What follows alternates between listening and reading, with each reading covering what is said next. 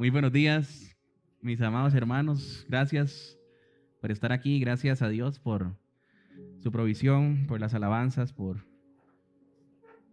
permitirnos sentirlo, sentir su Santo Espíritu, poder cantar y que nuestra alma se conmueva.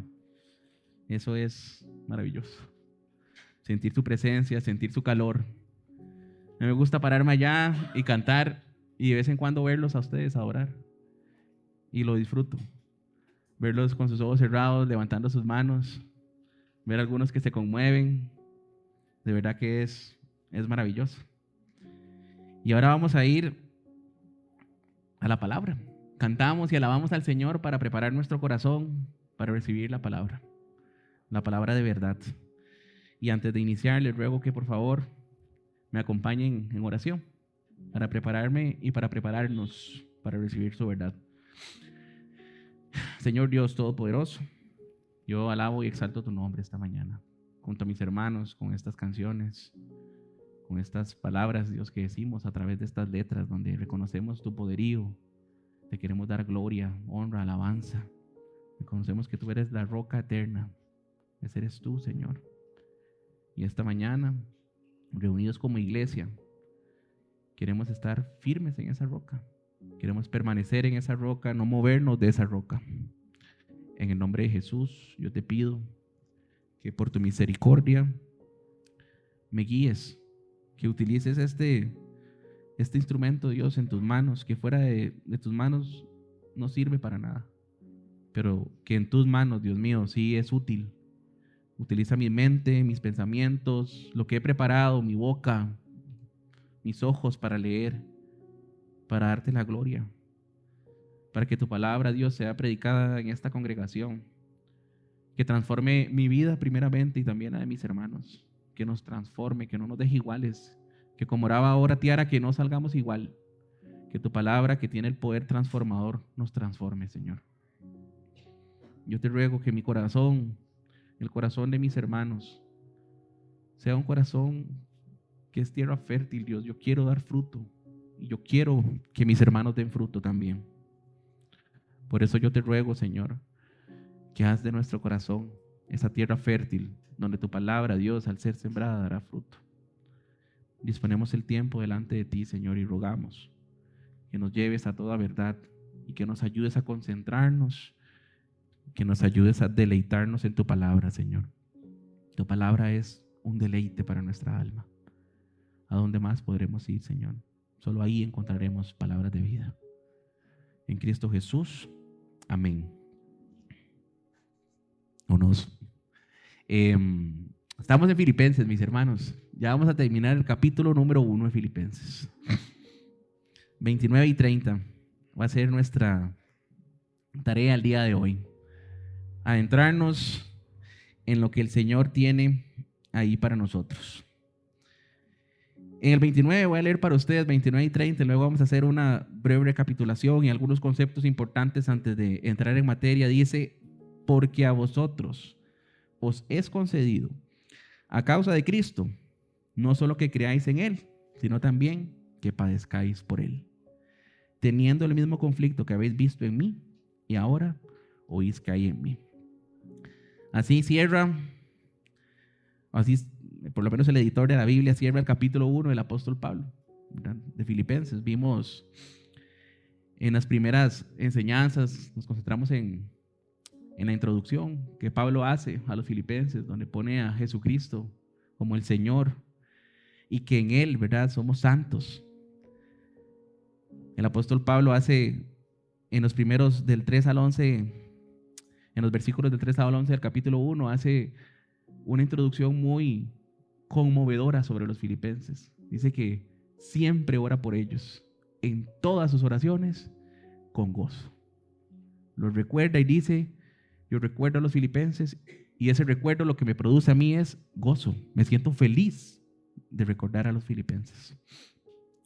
Durante esas primeras semanas nos exhortamos mutuamente a orar unos por otros, a orar no general, a hacer un esfuerzo por recordar los nombres de las personas. Habíamos visto que lo que ese texto sugería no era que Pablo llegaba y decía, Dios, oro por los filipenses, sino que él oraba por nombres, oró por Evodia, por Sintique, por Epafrodito, por el carcelero, por todos los hermanos de la fe que él tenía ahí. Era una oración como intencional. Yo sé que muchos de ustedes lo intentaron y se dieron cuenta que es difícil presentar delante de Dios todas las peticiones y no orar general, no llegar y decir oro por la iglesia, orar con nombre. Salió la iniciativa de recolectar en el grupo de oración las peticiones y muchos agarramos esas peticiones y las presentábamos delante de Dios. Y nos dimos cuenta que esos tiempos de oración de 15 minutos no cubrían nada, que necesitábamos 45 minutos, una hora para orar por los hermanos. Pero nos edificamos y nos bendecimos. Y vimos y anotamos muchas veces cómo Dios respondía a las oraciones y nos glorificábamos y le damos gloria a Dios porque Dios escuchó la oración. En ese mismo pasaje, el apóstol Pablo llega y hace una petición muy especial por los filipenses. No sé si la recuerdan, y si no la recuerdan, la vamos a ver. En el versículo 9, él llegaba y les dice, y esto pido en oración. La primera parte es una acción de gracias de Pablo a Dios por los filipenses, por lo que ellos son, por lo que ellos representan. Pero en el versículo 9 está la petición. Y si ustedes recuerdan, Pablo pedía 3 cosas. Reina Valera lo dice un poco distinto, pero nosotros lo adaptamos a un lenguaje más comprensible para nosotros. Él pedía por amor. ¿Por qué Pablo pedía por amor? Porque la iglesia en Filipos tenía diferencias, tenía roces, tenía divisiones, había murmuración, no eran de un mismo sentir. Y el amor es el amor entre hermanos. Es eso lo que nosotros necesitamos para pulir y limar nuestras diferencias y nuestras asperezas. Por medio del amor, el apóstol pide por los filipenses para que ellos tengan la madurez de poder lidiar sus diferencias y mantener la unidad. El apóstol después llega y dice que pide por más ciencia. Y vimos que esta palabra ciencia significaba conocimiento, pero conocimiento espiritual y verdadero. El apóstol quería que ellos comprendieran algo, y ahora vamos a entrar más a fondo en lo que significa esta palabra. Pero el apóstol no solo quería de los filipenses que tuvieran datos en su cabeza. Él quería y ora por los filipenses a Dios para que ellos tengan conocimiento verdadero de la voluntad de Dios. Y finalmente, en este mismo pasaje, el apóstol ora por todo conocimiento, que cuando veíamos el texto dando otras palabras para explicarlo, significa discernimiento. Pablo, el apóstol, ora por los filipenses para que ellos puedan distinguir qué es lo de Dios y qué es no de Dios.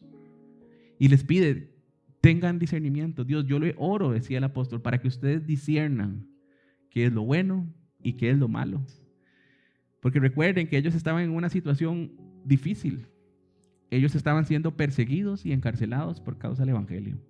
Y los judaizantes estaban ahí presentes y les decían, tiene que ser judío para ser salvo.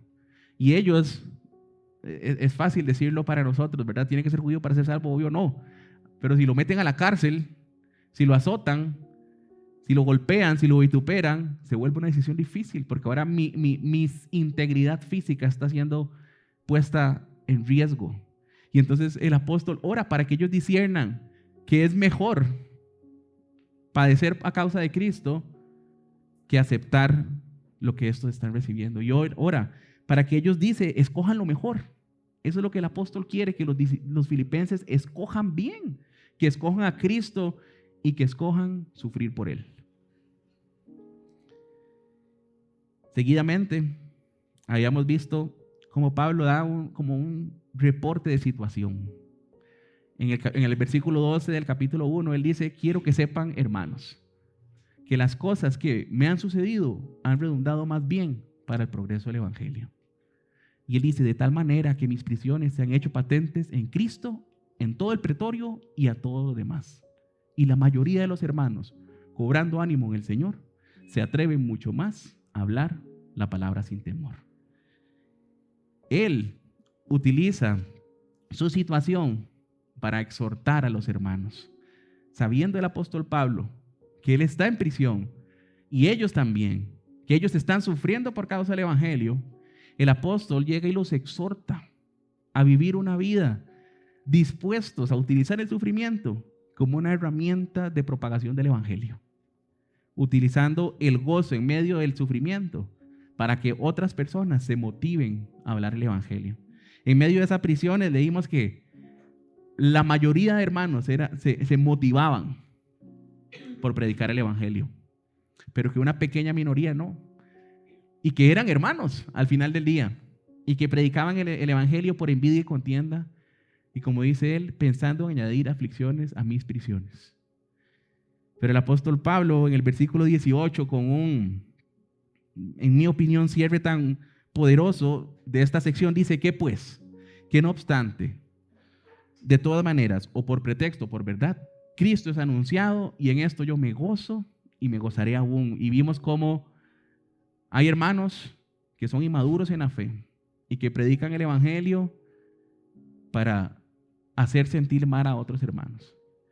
Y que la respuesta correcta ante una situación así es la del apóstol Pablo. Yo me gozo y me regocijo que aunque haya otros hermanos que quieran predicar el evangelio por razones incorrectas, Cristo es predicado. Y yo me gozo y me gozaré aún. Y después de esto viene quizá uno de los pasajes más famosos de esta carta, cuando él dice, para mí el vivir es Cristo y el morir es ganancia. Y el apóstol Pablo, siendo de ejemplo para ellos, ¿se acuerdan que el apóstol Pablo ora por 3 cosas para que ellos escojan lo mejor? Y él en una situación de vida o muerte les sirve de ejemplo de la fe y les dice, así se escoge. ¿Cómo?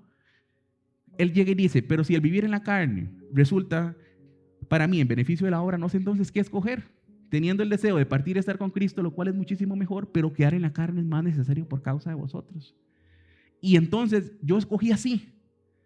Mis hermanos, Pablo les dice a los filipenses, yo estoy en una situación difícil, en el que morir me es mejor, pero estar vivo es más necesario. Y así como yo pido amor, conocimiento y discernimiento para que ustedes escojan lo mejor, vean cómo se escoge. Y escoge permanecer vivo por causa de ellos, para seguir edificándolos. ¿Y qué decisión más difícil? Piense en la posibilidad de que tiene uno de partir y estar con Cristo o seguir sufriendo. ¿Quién no quiere partir y estar con Cristo?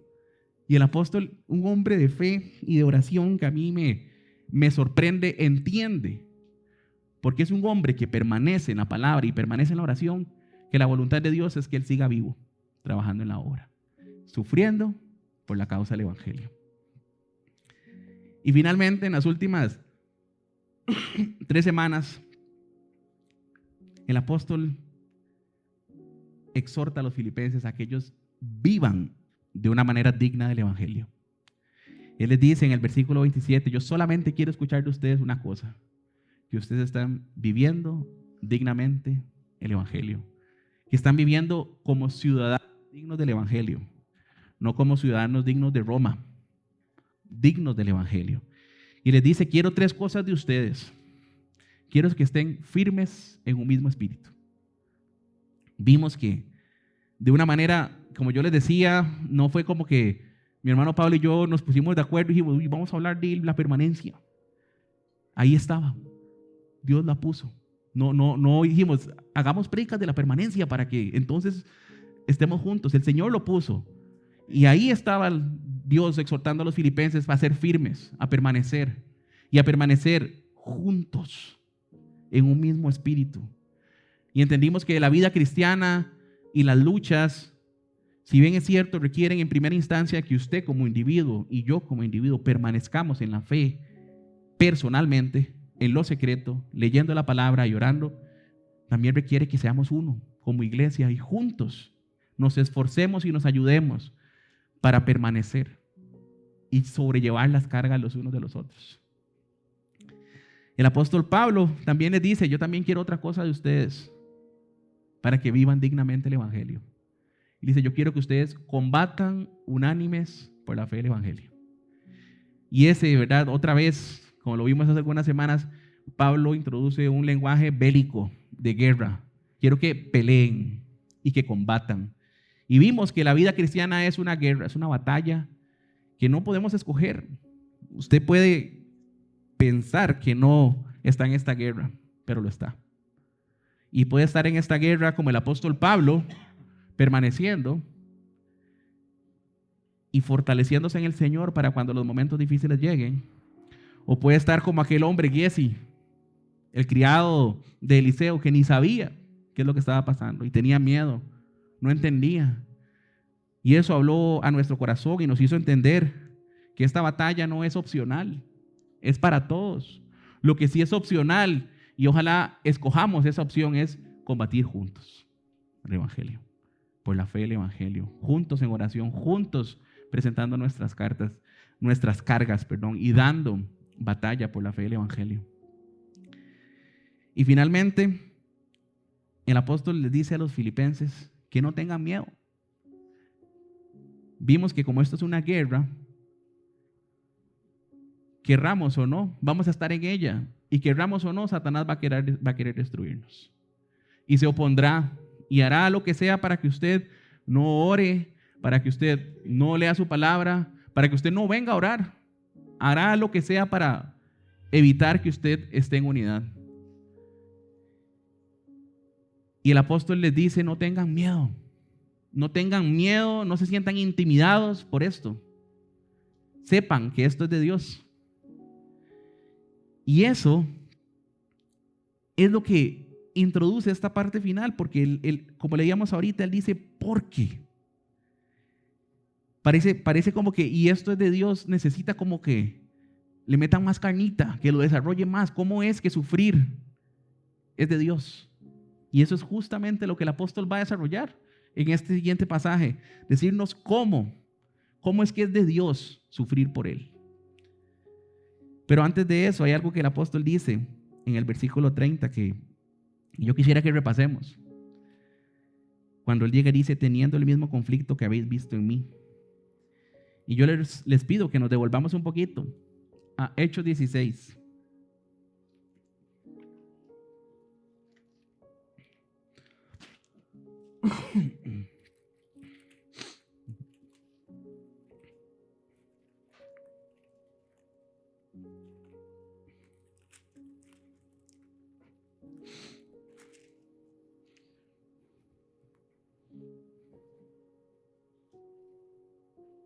¿Lo tienen? Hechos 16.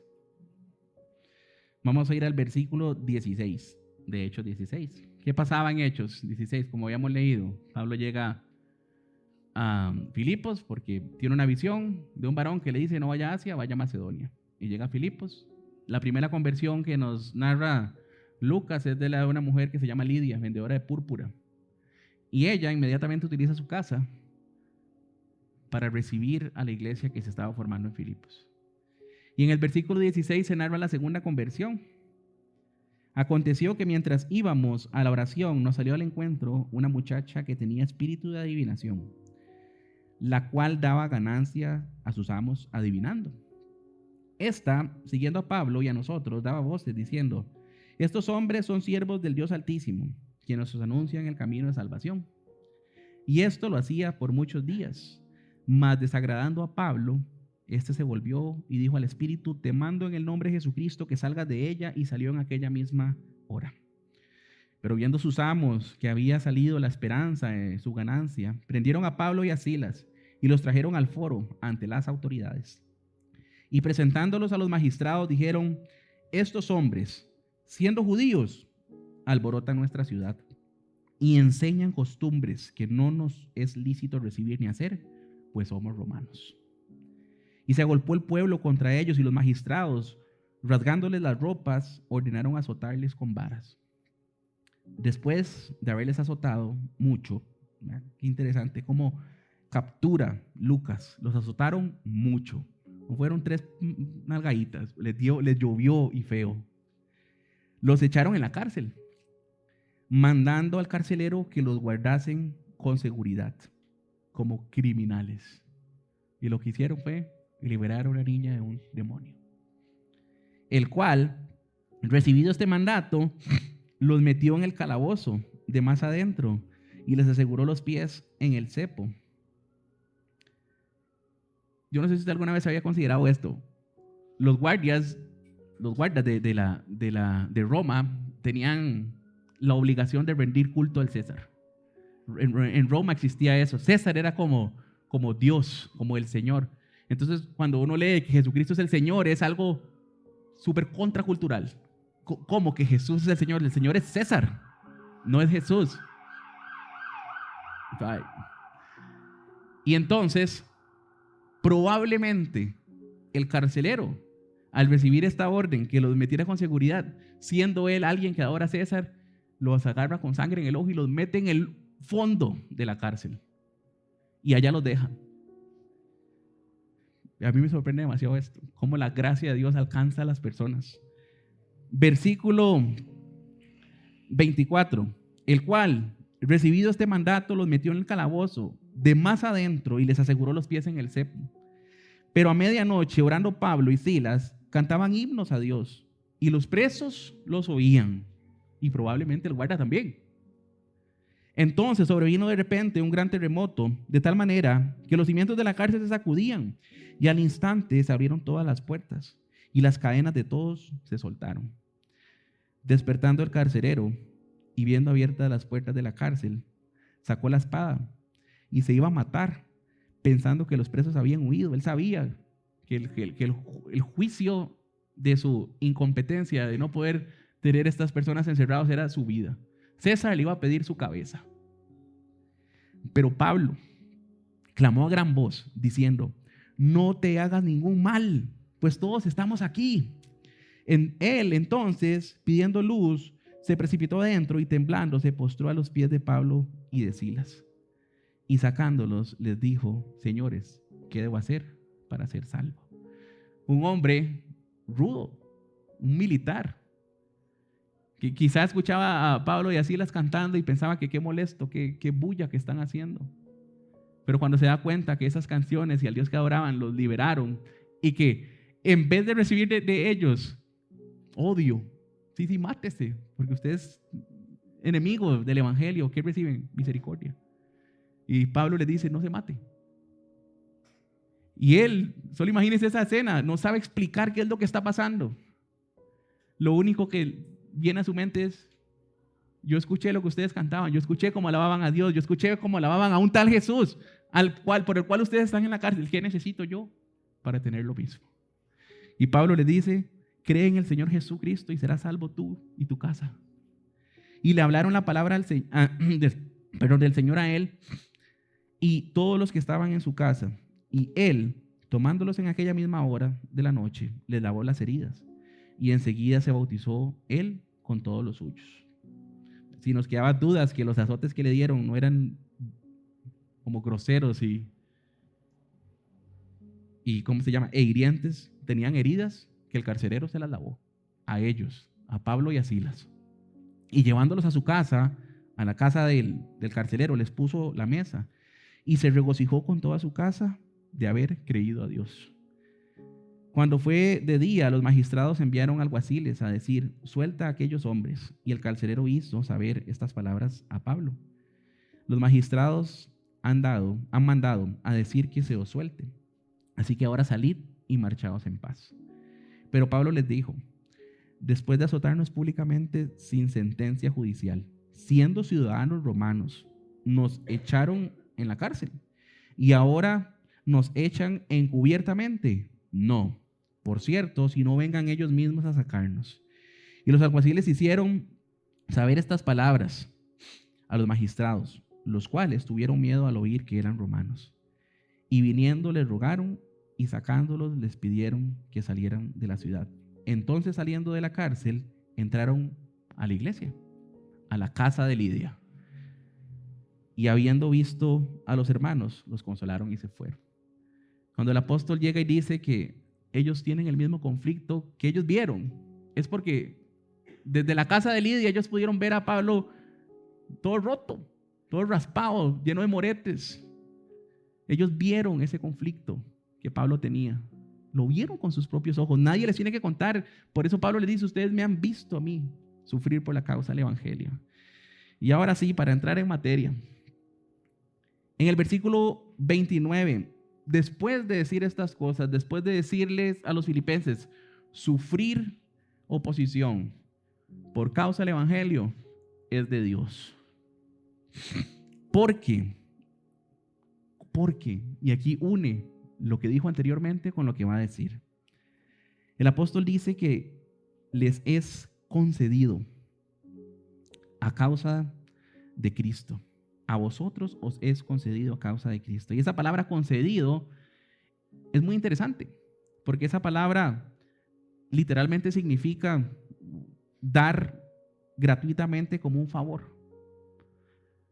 El apóstol les está diciendo, lo que les voy a decir es un regalo de Dios. A ustedes se les da este regalo. Tómenlo. Es un regalo de Dios lo que van a recibir. Esa palabra tiene la raíz de otra palabra, que es la palabra gracia. Yo sé que en español ya esas cosas pierden sentido, pero en el griego sí. La palabra gracia es una palabra que en griego se dice como cari. De ahí viene carisma, caridad. Y la palabra en griego para concedido tiene ese principio de esa palabra, la palabra gracia. Y es una palabra que es relativamente común para nosotros. Nosotros hablamos de la gracia de Dios, de cómo la gracia de Dios nos transformó. Decimos que la salvación es por gracia y otras cosas asociadas a la gracia. Pero hay una escena de la Escritura que a mí me encanta la forma en que ejemplifica lo que la gracia es. Y tiene que ver con Abraham y con Dios. Gálatas, acompáñenme a Gálatas, mis hermanos. Devolvámonos un poquito a Gálatas 3, versículo 18.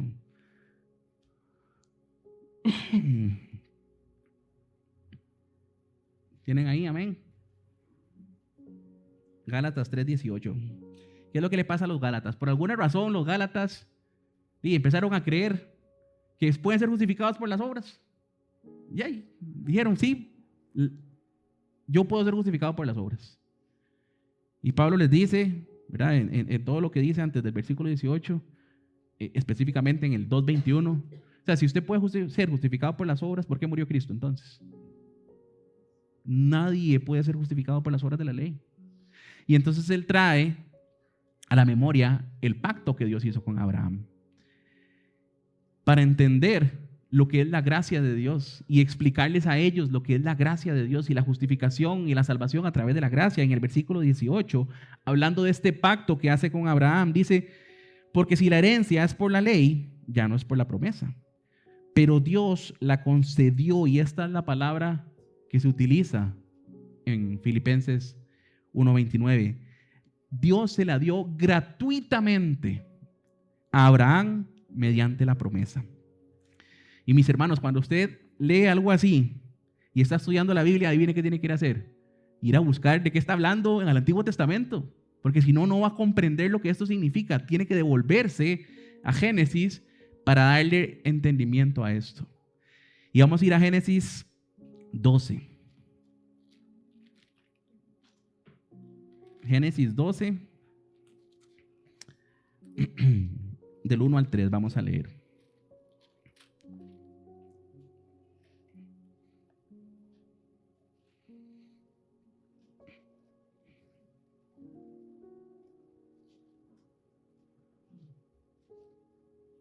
¿Lo tienen? Dios llama a Abraham, se llama, así le pusieron los editores de la Biblia, por lo menos la mía, Reina Valera. Y dice así, 12:1. Pero Jehová había dicho a Abraham, vete de tu tierra y de tu parentela, y de la casa de tu padre, a la tierra que te mostraré. Y haré de ti una nación grande, y te bendeciré, y engrandeceré tu nombre, y serás bendición. Bendeciré a los que te bendijeren, y a los que te maldijeren maldeciré. Y serán benditas en ti todas las familias de la tierra. Esto es lo que se conoce como el pacto de Abraham. El pacto que Dios hace con Abraham y le promete descendencia, tierra y una simiente de la cual todas las naciones de la tierra serán benditas. Nosotros entendemos hoy que esa simiente es Cristo, es lo que dice el apóstol Pablo. Es Cristo. Y por medio de Cristo, literalmente, todas las naciones de la tierra han sido benditas. Pero vea qué interesante, en el capítulo 15 hay una escena que a mí me parece impresionante. de nuevo, Dios se encuentra, o Abraham se encuentra con Dios. Después de estas cosas, 15:1, vino la palabra de Jehová a Abraham en visión diciendo: no temas, Abraham, yo soy tu escudo y tu galardón serán sobremanera grande. Y respondió Abraham: Señor Jehová, ¿qué me darás siendo así que ando sin hijo? Y el mayordomo de mi casa es ese Damaseno Eliezer. Abraham recordó: Dios, usted me dijo a mí que deje mi parentela y mi gente y usted me bendecirá, me hará una nación grande, me dará esta tierra y que todas las naciones de la tierra serán benditas a través de mi simiente. Y yo ni tengo ni hijo. ¿Cómo, Señor? ¿Cómo es que me bendecirás? Y entonces Dios le recuerda a Abraham el pacto que él hizo. Dijo Abraham: mira que no me has dado prole, y he aquí que será mi heredero un esclavo nacido en mi casa. Luego vino a él palabra de Jehová diciendo: no te heredará sino un hijo tuyo será el que te heredará. Y lo llevó fuera y le dijo: mira ahora los cielos y cuenta las estrellas, si las puedes contar. Y le dijo: así será tu descendencia. Y un versículo que el apóstol Pablo después utiliza para la justificación por medio de la fe, y es poderosísimo: y creyó a Jehová y le fue contado por justicia. La salvación y la justificación delante del Señor siempre ha sido por la fe. Y le dijo: yo soy Jehová, que te saqué de Ur de los Caldeos para darte a heredar esta tierra. Y él respondió: Señor Jehová, ¿en qué conoceré? ¿Cómo sabré que la he de heredar? ¿Qué señal me darás? Y le dijo: tráeme una becerra de 3 años, y una cabra de 3 años, y un carnero de 3 años, una tórtola también, y un palomino. Y tomó todo eso y los partió por la mitad, y puso cada mitad enfrente de la otra, mas no partió las aves. En el Medio Oriente, en esas épocas, la gente hacía pactos. Los pactos no son algo exclusivo de Dios. Entonces la gente hacía pactos. Entonces venía con Denis, yo le doy mi tierra y usted siembre tomates y usted me va a dar siempre el 20% de los tomates. Hacemos un pacto y hacemos una comida. Llevamos animales, los partimos y como un acto simbólico, agarramos los animales y los partimos y los ponemos a la mitad y hacemos el pacto ahí. Y simbólicamente nos decimos: vea, si usted se aparta hacia la izquierda o hacia la derecha de este pacto, que le pase como el animal muerto. Eso es una costumbre del Medio Oriente. Entonces eso es lo que está de una manera pasando. Dios le está diciendo: traiga estos animales, vamos a hacer un pacto. Ya lo había hecho, lo está ratificando. Córtelos a la mitad. ¿Y qué es lo que pasa? Y que le entró un sueño a Abraham. Vean lo que dice en el versículo 11: y descendían aves de rapiña sobre los cuerpos muertos y Abraham las ahuyentaba. Mas a la caída del sol sobrecogió el sueño a Abraham, y he aquí que el temor de una grande oscuridad cayó sobre él. Entonces Jehová dijo a Abraham: ten por cierto que tu descendencia morará en tierra ajena y será esclava allí y será oprimida 400 años. Dios les está prediciendo lo que pasaría en Egipto a su descendencia. Mas también a la nación a la cual servirán juzgaré yo, como lo hizo y como hemos leído. Y después de esto saldrán con gran riqueza, como pasó. Salieron con gran riqueza. Y tú vendrás a tus padres en paz y serás sepultado en buena vejez. Y en la 4ª generación volverán acá, porque aún no ha llegado a su colmo la maldad del amorreo hasta aquí. Y vean el versículo 12. Y sucedió que puesto el sol y ya oscurecido, se veía un horno humeando y una antorcha de fuego que pasaba por entre los animales divididos. Abraham no pasa por entre los animales, solo pasa Dios a través de una antorcha de fuego. Es como que Dios le está diciendo a Abraham: usted sabe que yo cumplo este pacto porque lo cumplo. Y eso, mis hermanos, es la gracia de Dios. ¿Ustedes se imaginan qué sería de nosotros si Dios le dice a Abraham: si usted me es obediente en todo, yo cumplo mi pacto? No estaríamos aquí. Dios gratuitamente le hizo a Abraham un pacto que él cumpliría por su nombre, porque él es Dios. Porque si dependiera de él, en el versículo 16 ya lo arruinó. En el capítulo 16 ya arruinó la promesa. Fue y no hizo caso, le dijo: un hijo suyo no es de la esclava, no, y ya. Si dependiera de él, esa promesa no sería. no estaríamos nosotros aquí, no podríamos ser contados entre los hijos espirituales de Abraham por la fe. Y eso es la gracia. Dios le está dando a Abraham un pacto eterno que lo cumplirá, no por quién es Abraham, no por su capacidad de obedecerlo, no por lo bueno que es o por lo que él ve en él. ¿Por qué? Porque él es bueno y extiende gratuitamente. Y entonces el apóstol Pablo, volviendo a nuestro pasaje, les dice a los filipenses: gratuitamente hemos recibido esto. Esa palabra concedido, que tiene la raíz gracia, tiene otro componente muy interesante, y es que se utiliza en materiales extrabíblicos. Ustedes saben que cuando se escribió el Nuevo Testamento existía el Imperio Romano, y el mismo griego que se hablaba en Roma en aquel tiempo es el mismo que se utilizó para escribir el Nuevo Testamento. Y se ha encontrado esa palabra para darle honor a ciertos cargos. Por ejemplo, cuando un militar regresaba de guerra y recibía honor, se le utilizaba se le ha concedido este honor. Entonces Pablo les está diciendo: a ustedes se les ha concedido por gracia de Dios este honor. ¿Y qué dice el apóstol Pablo? Que es a causa de Cristo. Si podemos decirlo parafraseado, Pablo les está diciendo: hemos recibido, o ustedes particularmente le está hablando a los filipenses y a nosotros, por la gracia de Dios, un honor por servir a Cristo.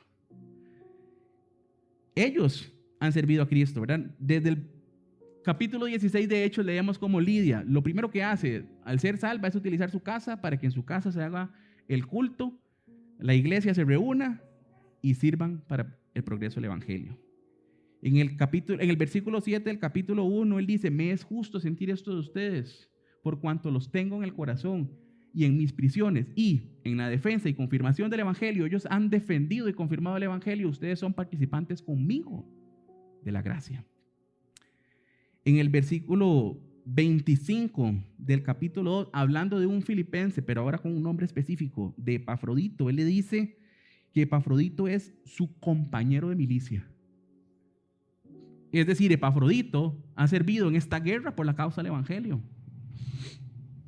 En los versículos 29 y 30 del capítulo 2, sobre Epafrodito dice que lo tengan en estima, puesto que por la obra de Cristo estuvo dispuesto a poner en riesgo hasta su propia vida. Ellos y Epafrodito. E incluso vean qué interesante, Evodia y Síntique, que a veces uno la ve con malos ojos porque están en una división. Vean lo que dice en el capítulo 4, versículo 2. Ruego a Evodia y Síntique. Voy a esperar a que nos ven en hojas. Ruego a Evodia y Síntique que sean de un mismo sentir en el Señor. Asimismo, te ruego también a ti, Epafrodito, compañero fiel, que ayudes a estas que han hecho, combatieron juntamente conmigo en el evangelio. Ellas también han combatido juntamente con el apóstol Pablo. No están desechadas, tienen un problema que tienen que tratar, pero han sido personas que combaten el evangelio. Y entonces el apóstol les está diciendo: a causa del servicio que han hecho a Dios, Dios les ha concedido este regalo. ¿Y cuál es este regalo? Dice el apóstol Pablo: que no solo creamos en Él, sino también que padezcamos por Él. No solo, Él entiende y nosotros también entendemos que de Dios, por la gracia, hemos recibido la salvación. Pero es lo primero que recibimos de Dios desde la perspectiva eterna. Dios nos salva. Efesios 2, del 8 al 9, un pasaje de memoria de discipulado. Porque por gracia sois salvos por medio de la fe. Y esto no es de vosotros, pues es don de Dios, no por obras, para que nadie se gloríe. Hemos recibido la salvación. Pero el apóstol Pablo dice: pero no se queda ahí. De Dios, por la gracia, recibimos una posición de honor por la obra que hacemos por Él. ¿Y cuál es? Sufrir por Él. Llega y dice: no solo que creáis en Él, sino también que padezcáis por Él. Aunado a la salvación, Pablo les dice a los filipenses que sufrir por Cristo o por la causa de Cristo es un regalo y una posición de gran honor. Sufrir por Cristo es algo que el apóstol Pablo lo sabe de primera mano. Jesús mismo le predijo a través de Ananías que él iba a sufrir. Vamos a ir a Hechos 9 un momento para leer esto. Él sabe de primera mano. Hechos 9, si nadie le tiene que contar al apóstol Pablo qué es sufrir por Cristo. Él ha sufrido por Cristo grandemente y era lo que Jesús mismo había preparado para él.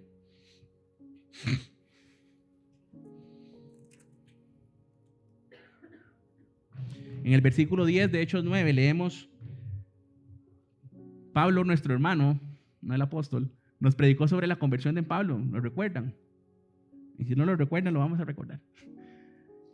Y cómo él había visto esta luz, se había quedado cegado y llegó a Damasco.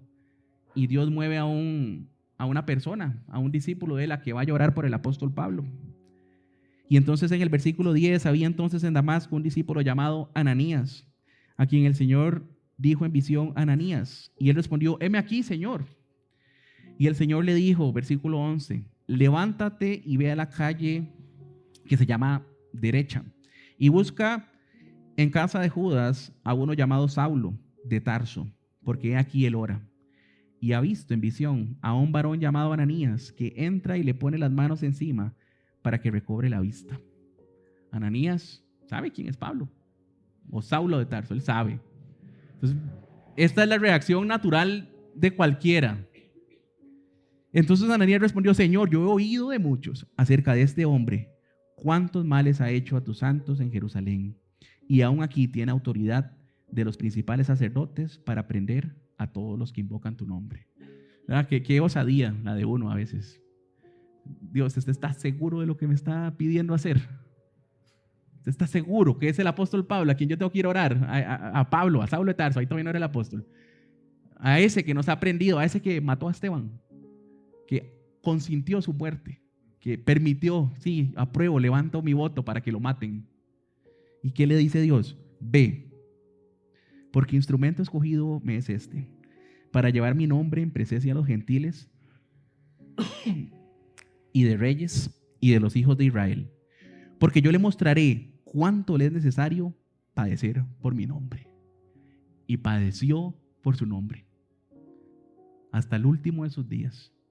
La Biblia no narra cómo mueren los apóstoles. Hay algunos documentos que tratan de hacer una recopilación histórica de cómo es que murieron algunos apóstoles, y se cree que el apóstol Pablo le cortaron la cabeza después de ser martirizado. Y a mí me llama mucho la atención esta palabra, padecer. Esta palabra aparece 42 veces en el Nuevo Testamento. 35 veces para decir: hay que sufrir. Para decir: o Cristo sufrió o es necesario sufrir. Es decir, como 1.3 veces por libro, Dios nos está diciendo: hay que sufrir. Hay que sufrir por causa del evangelio. Es necesario el sufrimiento. Y esto es súper interesante porque el sufrimiento culturalmente no es bonito, no se quiere el sufrimiento. El sufrimiento se rechaza. Y ustedes recuerdan lo que acabamos de leer en la introducción, la oración del apóstol Pablo. Oro para que ustedes tengan conocimiento verdadero. Y contrario a lo que uno espera del conocimiento, para el apóstol Pablo el conocimiento verdadero es seguir a Jesús y ser como Él, incluso en su muerte. Eso es para el apóstol Pablo el conocimiento. No es información, no son datos. Es una cosa de experiencia. A veces como que nos atrae el conocimiento. Y yo tengo que tener cuidado con eso, porque a mí me gusta el conocimiento.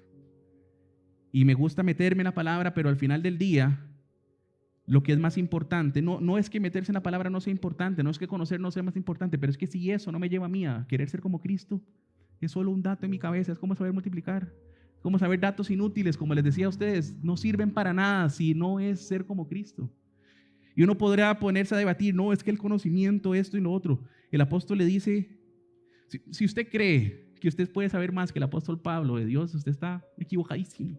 Decía nuestro hermano Pablo Pastor que su personaje favorito de la Biblia es Jesús y después el apóstol Pablo, porque es impresionante. Ese hombre tiene un conocimiento de Dios vasto. Hay personas que han tratado de estimar el conocimiento basado en lo que él escribe y dicen que para tener un conocimiento como el del apóstol Pablo en el Antiguo Testamento hay que tener como 5 doctorados. Y si no, se le olvida a uno también cosas. Yo aprendí cosas en cursos que ya se me olvidaron, pero el apóstol lo mantiene. Era un hombre con mucho conocimiento. ¿Y qué dice el apóstol Pablo en el capítulo 3 de este mismo libro? Vamos a ir ahí. 3:7. Y vamos a ver qué es para el apóstol Pablo conocer a Cristo. 3:7, ¿lo tienen ahí? Amén. Y dice así: pero cuantas cosas eran para mi ganancia, las he estimado como pérdidas por amor de Cristo. Y ciertamente aún estimo todas las cosas como pérdidas por la excelencia del conocimiento de Cristo Jesús, mi Señor, por amor del cual lo he perdido todo y lo tengo por basura para ganar a Cristo. 3:7. Ah, sí, Filipenses. Pues mis brothers, vamos para Filipenses, yo los espero. Filipenses 3. Yo los espero. Hacemos de página. Filipenses 3, todos. 3:7. Pero cuántas cosas eran para mi ganancia, las he estimado como pérdida por amor de Cristo. Y ciertamente aún estimo todas las cosas como pérdida por la excelencia del conocimiento de Cristo Jesús, mi Señor, por amor del cual lo he perdido todo y lo tengo por basura, para ganar a Cristo y ser hallado en Él, no teniendo mi propia justicia que es por la ley, sino la que es por la fe de Cristo, la justicia que es de Dios por la fe, a fin de, otra vez la palabra conocimiento, pero dicha distinto, de conocerle. Yo quiero conocerle, dice el apóstol Pablo. ¿Y cómo lo conozco? A través del poder de su resurrección y a través de información de Él, no, participando de sus padecimientos, llegando a ser semejante a Él en su muerte. Para el apóstol Pablo, conocer a Cristo no es algo de información, es algo de experiencia. ¿Cuál es la cúspide del conocimiento de Cristo? ¿Sacar una maestría en teología? No, es ser como Él, seguir sus pasos y sufrir como Él sufrió. Esa es la cúspide del conocimiento. Conocer a su Señor es estar dispuesto a morir por Él. Y uno lee esto y uno dice: Pablo, ¿pero qué le pasa? Y él dice: yo quiero sufrir como Él. Quiero ser participante de sus padecimientos. Quiero que me vaya y me llueva en este mundo tan mal como a Cristo y morir, ojalá, como Él. El sufrimiento, mi hermano, es la vida. Está en la vida del cristiano. Es necesario. Y este mundo rechaza el sufrimiento. No lo quiere. Y a veces esas ideas permean la iglesia. Yo no sé si usted se ha puesto a analizar lo siguiente. En los países desarrollados, a veces una forma en la que se evita el sufrimiento es, por ejemplo, a través de la eutanasia. Usted está deprimido, suicídese. No sufra, suicídese, es más fácil suicidarse. Usted vio a sus padres tener hijos y vio lo difícil y lo cansado que es. No tenga hijos, mejor tenga un perro o un gato, porque no quiero sufrir con un hijo. El mundo rechaza el sufrimiento, no lo quiere, pero el sufrimiento es parte inherente de la vida cristiana.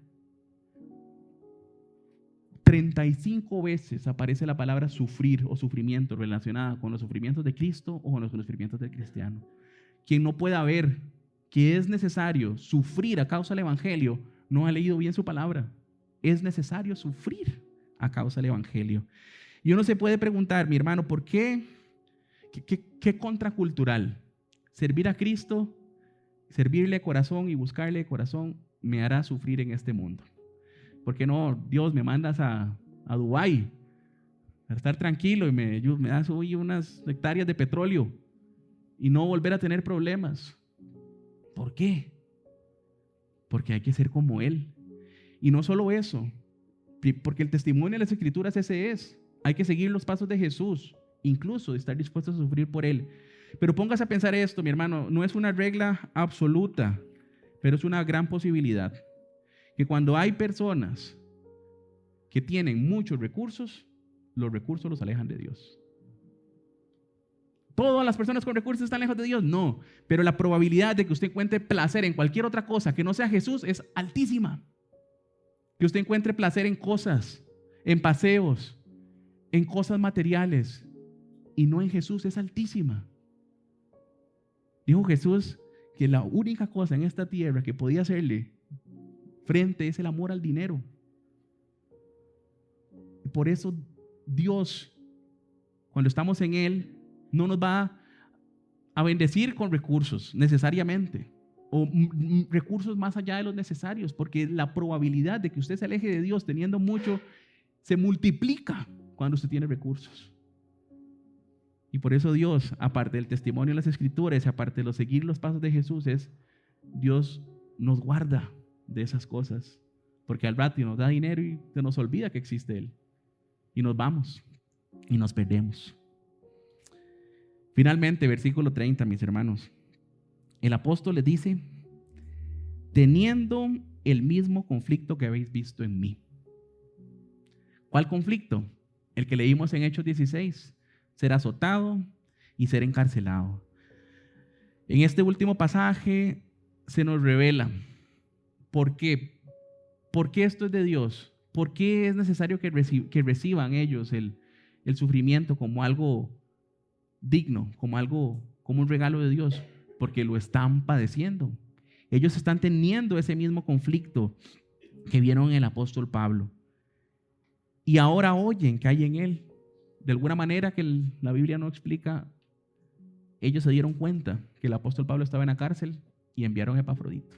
Epafrodito se enfermó y todo lo demás, pero ellos oyeron y vieron eso. Y el apóstol les está diciendo: con mi ejemplo y a través de las palabras que les escribo, sepan que sufrir por causa de Cristo no es que Dios no les importe, no es que Dios los abandonó, es que Dios quiere utilizar ese sufrimiento para moldear su carácter, para moldear su fe, para hacerlo más semejante a Él, que Él también sufrió, para que andemos en sus pasos. Pablo, siendo un hombre en la fe, maduro, él sirve como ejemplo a sus hermanos. Él dice en el 3:17 de Filipenses: sean imitadores de mí y miren a los que se conducen según el ejemplo que tienen en nosotros. Epafrodito, Timoteo, a Jesucristo mismo, a Él mismo. Y en el 4:9 les dice: lo que aprendieron y recibieron y oyeron y vieron en mí, esto hagan, y el Dios de paz estará con ustedes. El apóstol llega y les dice: ustedes están teniendo el mismo conflicto que tengo yo. Vean cómo yo agarré ese conflicto y sirvió para que el evangelio de Jesucristo progresara.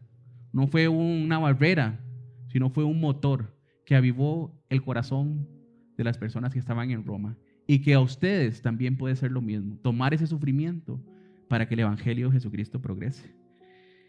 Y quiero finalizar esto antes de entrar a la aplicación con Hechos 5, mis hermanos. Vamos ahí para leer este pasaje pero tan impresionante.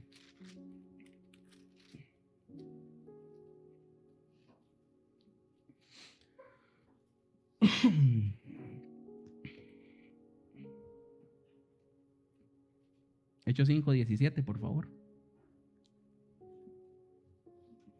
Del 12 al 16 dice la palabra de Dios. Lucas registra que los apóstoles estaban haciendo muchos milagros. Y dice en el 17: entonces, levantándose el sumo sacerdote y todos los que estaban con él, esto es, la secta de los saduceos, se llenaron de celos, porque están haciendo un montón de señales y milagros de parte de Dios. Y echaron mano a los apóstoles y los pusieron en la cárcel pública. Mas un ángel del Señor, abriendo de noche las puertas de la cárcel y sacándolos, dijo: id, y puestos en pie en el templo, anunciad al pueblo todas las palabras de esta vida. Aquí hay un paralelo muy interesante. Están en la cárcel y también fueron liberados milagrosamente de la cárcel. Habiendo oído esto, entraron de mañana en el templo y enseñaban. Entre tanto vinieron el sumo sacerdote y los que estaban con él, y convocaron al concilio y a todos los ancianos de los hijos de Israel, y enviaron a la cárcel para que fuesen traídos. Versículo 22. Pero cuando llegaron los alguaciles, no los hallaron en la cárcel. Entonces volvieron y dieron aviso, diciendo: por cierto, la cárcel hemos hallado cerrada, con toda seguridad. Y los guardas afuera de pie ante las puertas, mas cuando abrimos a nadie hallamos adentro. Cuando oyeron estas palabras, el sumo sacerdote y el jefe de la guardia del templo y los principales sacerdotes dudaban en qué vendría a parar aquello. Pero viendo uno, les dio esta noticia: he aquí, los varones que pusiste en la cárcel están en el templo y enseñan al pueblo. Entonces fue el jefe de la guardia con los alguaciles y los trajo sin violencia, porque temían ser apedreados por el pueblo. Cuando los trajeron, los presentaron en el concilio. El sumo sacerdote les preguntó diciendo: ¿no os mandamos estrictamente que no enseñaseis en ese nombre, en el nombre de Jesucristo? Y ahora habéis llenado a Jerusalén de vuestra doctrina y queréis echar sobre nosotros la sangre de este hombre. Respondiendo Pedro y los apóstoles dijeron: es necesario obedecer a Dios antes que a los hombres. El Dios de nuestros padres levantó a Jesús, a quien vosotros matasteis, colgándole de un madero. A este Dios ha exaltado con su diestra por príncipe y salvador, para dar a Israel arrepentimiento y perdón de pecados. Y nosotros somos testigos suyos de estas cosas, y también el Espíritu Santo, el cual ha dado Dios a los que le obedecen. Ellos, oyendo esto, se enfurecían y querían matarlos.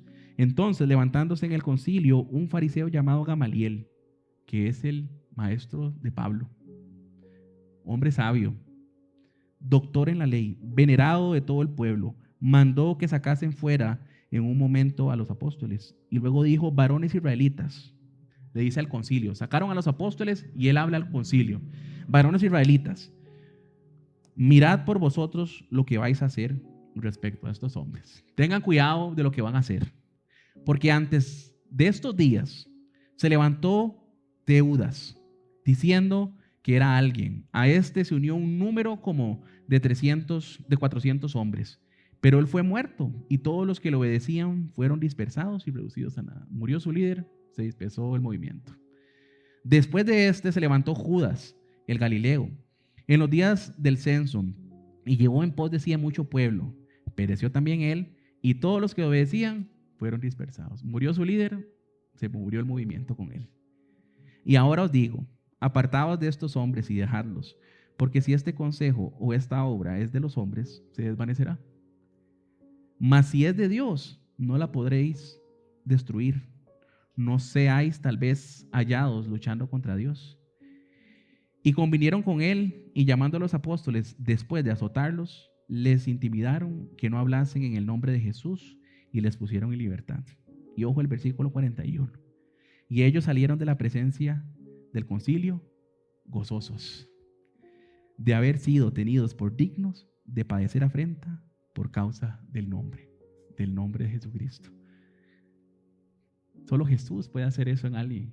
Que usted se sienta feliz de que le den unos palos en la espalda y que usted diga: uy, qué dicha, me dieron por el nombre de Jesús. Solo Jesús puede hacer eso. Solo Jesús es digno de algo así. Nadie más. Y hoy, mis hermanos, hablamos de esta importancia del sufrimiento, de cómo el sufrimiento es algo que usted no puede escoger. Usted no puede escoger estar en esta lucha. Lo que usted puede escoger es estar en esta lucha, permaneciendo en Él o fuera de Él. Y mi hermano, de los hermanos que yo sé y de los que no sé también, que se esfuerzan por permanecer, como lo hemos visto, esto es una guerra. Es una guerra y la oposición de Satanás vendrá. Pero no teman, no teman. Dios está con nosotros. Esto es de Dios y Él tiene cuidado de estas cosas. Veamos el sufrimiento, mis hermanos, como un regalo de Dios, una posición de gran honor. Algo que de la mano de Él nos hará parecernos más a nuestro Señor Jesucristo. Conocerle a Él es seguir sus pasos, como dijo el apóstol Pablo, incluso sufriendo como Él sufrió, llegando a participar de sus padecimientos. Difícilmente creo yo que en esta época particular en la que vivimos, a no ser que sea un lugar no alcanzado, lleguemos a sufrir como Jesucristo sufrió, en cuanto a físicamente, pero sí sufriremos, Sí, seremos vituperados a causa de su nombre. Sí, Satanás nos atacará. Mi hermano, y mi hermana, usted que busca permanecer, vea ese sufrimiento como una herramienta para parecerse más a Cristo y como un galardón que no se le da a cualquiera. Mis hermanos, también entre nosotros, a los que no buscan permanecer, recuerde que esto es una guerra y usted no puede evitarla. Y un día, quizá alguna persona en su mente diga: yo no voy a meterme tanto en la palabra de Dios ni servir tanto a Dios porque no quiero sufrir o no quiero recibir ese daño de parte de Satanás. Usted no lo puede evitar. No lo puede evitar. Usted sufrirá. Pero lo que sí puede evitar es sufrir fuera de Cristo. Un día Satanás vendrá y cobrará a los muertos en su guerra. Si usted está en Él, confíe en el Señor. Él, si abriera nuestros ojos, veríamos cómo está en nuestro cuidado, aun cuando sufrimos. Pero si no está en Él, un día Él vendrá por usted, por su casa, por su familia, por sus hijos, por su trabajo, por sus amigos. Y usted no lo puede evitar. Aunque usted crea que usted no es parte de esta lucha, aunque en su cabeza usted piense que no, esto no es para mí, un día vendrá Satanás a cobrar a los muertos de la guerra. Y si usted no está en Cristo, se lamentará. Y una vez más, a mis hermanos que permanecen y a los que no, por Cristo Jesús, permanezcan en la fe. Búsquenlo mientras pueda ser hallado. Búsquenlo antes de que vengan las consecuencias de estar apartados de Él. Consecuencias que usted cree que puede evitar y no puede evitar. Vendrán. Mis hermanos, ustedes que permanecen, a los que conozco y a los que aún no conozco, y también el Señor sabe que permanecen. Permanecer es importante porque un día, mi hermano, un día va a venir alguien que, teniendo el mismo conflicto que usted tuvo, usted lo puede guiar a Cristo. Un día va a venir alguien con un problema matrimonial, mi hermano Gabriel y mi hermana Angélica, y usted le va a decir: yo estuve ahí, y por Cristo. Y le va a dar a Cristo a ese matrimonio, porque es todo lo que necesita. Usted un día va a conocer a alguien que anduvo en vicios, mi hermano, y que fue hasta lo más profundo, y usted le va a decir: yo salí de ahí por Cristo. Y usted le va a dar a Cristo. Algún día, Tiara, va a venir alguien con sus problemas, y usted le va a decir: es por Cristo que yo salí de ahí. Alguien va a venir y va a tener los problemas que usted tuvo, mi hermano Denis, y usted le va a decir: es por Cristo que yo salí de ahí. Y le vamos a decir: permanezcan en la fe, y les podremos decir: ¿sabe qué? Yo he tenido el mismo conflicto que usted tuvo. Lo he tenido. Pero en Cristo Jesús salí adelante. Y salí más fuerte.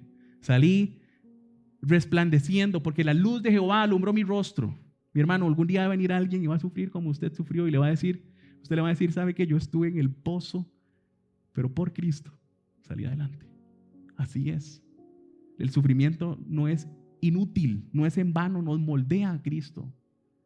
Y algún día vendrá, si no es que ya vino y ustedes ya lo saben quién es esa persona, que tuvo el mismo conflicto que ustedes tuvieron, y Dios, por medio del poder de su Santo Espíritu, ustedes les van a poder decir: yo he tenido el mismo conflicto, pero por Cristo Jesús salí adelante. Amén. Vamos a orar. Bendito Dios, poderoso y eterno Señor. Gracias por esta porción, gracias por recordarnos que sufrir no es algo que podamos escoger. Lo que podemos escoger nosotros es sufrir en ti o fuera de ti, Señor. Abre nuestros ojos, Dios. Si no estamos permaneciendo, abre nuestros ojos para que veamos que las consecuencias de nuestra falta de permanencia vendrán, porque Dios quiere destruir a los hijos. Perdón, Satanás quiere destruir a los hijos de Dios. Y que si no estamos en ti, Señor, vendrá Satanás y cobrará a sus víctimas. Destruirá su matrimonio, su familia, su carrera, su integridad. pero también lo podrá hacer cuando estemos en Cristo. Pero estando en ti, Señor, tú guardarás nuestras vidas, tú guardarás nuestras almas, nos guardarás en medio de esta batalla, y aunque permitirás por tu misericordia que suframos, harás brillar tu rostro sobre nosotros y nos fortalecerás y nos harás como Cristo y permitirás, Dios, que maduremos en la fe. Dios, ayúdanos a ver el sufrimiento no como algo que quiero evitar a toda costa, sino como algo necesario para que mi madurez y mi semejanza a Cristo sea establecida y conformada, para que nuestro corazón se adapte al corazón de Cristo y sigamos sus pasos, y que conocerle a Él sea como el conocimiento que el apóstol Pablo menciona, ser como Él, llegando a ser semejante aún en sus padecimientos. Ayúdanos, Dios, a recibir el sufrimiento que conlleva seguirte a ti y a utilizar ese sufrimiento para que el Evangelio de Jesucristo progrese. Te alabamos, Dios, y te bendecimos. Te damos la gloria y la alabanza. Guarda esta palabra en nuestro corazón, Señor, por favor. Amén. Amén. Gracias, mis hermanos.